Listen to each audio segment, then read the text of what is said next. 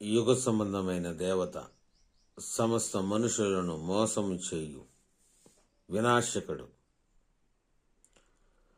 సమస్త మనుషులను తమ గుప్పిట్లో పెట్టుకొని ఆరని అగ్నికి తనతో పాటు తీసుకొని వెళ్ళటానికి అనుక్షణము నిరీక్షణతో ఉగ్రుడై మనుషుల మధ్య సంచరిస్తున్న ఒక అదృశ్య వినాశకుడు, యుగ సంబంధమైన దేవత, మనుషులను ఆత్మీయంగా భౌతికంగా దేవునికి దూరం చేసేటట్టు అనేక ఉచ్చులు ప్రయత్నాలు వ్యక్తుల మధ్య, మనుషుల మధ్య, సంఘం మధ్య తీసుకొని వచ్చే అదృశ్య వినాశక శక్తి, యుగ సంబంధమైన దేవత. అందులో భాగంగా 27వ కీర్తన, కీర్తనల గ్రంథంలో 27వ కీర్తన 3-4 వచనాలు ఒకసారి ధ్యానించుకుందాం. నాతో యుద్ధము చేటుకు దండు దిగినను నా హృదయం భయపడదు. నా మీదకు యుద్ధము రేగినను దీనిలో నేను ధైర్యము విడవకుందును. యెహోవా యొద్ద ఒక వరం అడిగి తిని దానిని నేను వెదకుచున్నాను. యెహోవా ప్రసన్నతను చూచుటకును ఆయన ఆలయంలో ధ్యానించుటకును నా జీవితకాలమంతయు నేను యెహోవా మందిరంలో నివసింపగోరుచున్నాను. చూడండి ఈ మాటల యొక్క పరమార్థం. దావీదు, భక్తుడైన దావీదు, ఆయన ఆత్మ సంబంధంగా ఆయన యొక్క మనోధైర్యాన్ని గురించి తెలియచేస్తున్నాడు. ఆయన ఎదుట దండు దిగినా కూడా భయపడట. నా హృదయము భయపడదు. చూడండి, నా పక్షాన్ని యుద్ధం చేయవాడు దేవుడే అని ఒక బలమైన తీర్మానం దావీదు కలిగి ఉన్నాడు.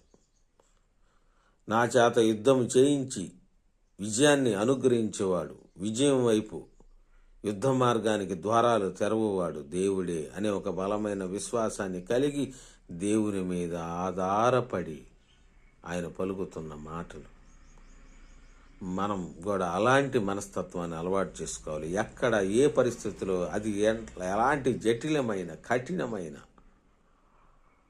శ్రమగా ఉపద్రవంగా మన ఎదుట ప్రత్యక్షమైనా కానీ ఎక్కడా కూడా నీవు భయపడవద్దు. నీ పక్షాన్ని యుద్ధం చేసి పోరాడి నిన్ను విజయ మార్గంలోకి నడిపించేవాడు దేవుడు.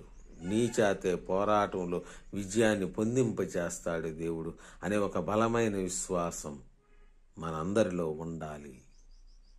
ఇది క్రైస్తవుడిగా మీరందరూ మనందరం గ్రహించాలనే విషయాన్ని నేను మీకు తెలియచేస్తా ఉన్నాను. యెహోవా యొద్ద ఒక వరం అడిగితిని దానిని నేను వెతకుచున్నాను. ఆ వరం ఏందో తెలుసా? అక్కడే కింద పలుకుతున్నాడు, యెహోవా ప్రసన్నతను చూచుటకును. ఆయన ప్రసన్నత చూడాలట. ఎందుకంటే దేవుని ప్రసన్నత ద్వారా నీకు శాంతి లభిస్తుంది. దేవుని ప్రసన్నత ద్వారా సమాధానం లభిస్తుంది. దేవుని ప్రసన్నత ద్వారా నీ కాపుదల రక్షణ లభిస్తుంది. దేవుని యొక్క ప్రసన్నత నీ హృదయం దేవుని మీద ఆనుకునేటట్టు చేస్తుంది. దేవుని యొక్క ప్రసన్నత నిన్ను రక్షణ మార్గంలో నడిపిస్తూ ఆ రక్షణ పొందుకునేటట్టు చేస్తుంది. దేవుని యొక్క ప్రసన్నత నిన్ను ఉన్నతమైన మహాలోకానికి నడిపిస్తుంది. దేవాది దేవుడు ఉన్న ఆ నివాసంలోకి ఆత్మను జీవుడును నడిపించుకుంటానికి అనుకూలత తీసుకుని వస్తుంది. దేవుని యొక్క ప్రసన్నత గ్రహించాలి. ఆ ప్రసన్నత లేకుండా చేసేవాడే యుగ సంబంధమైన దేవత. అనుక్షణం నిన్ను దేవునికి శత్రువుగా మార్చువాడు.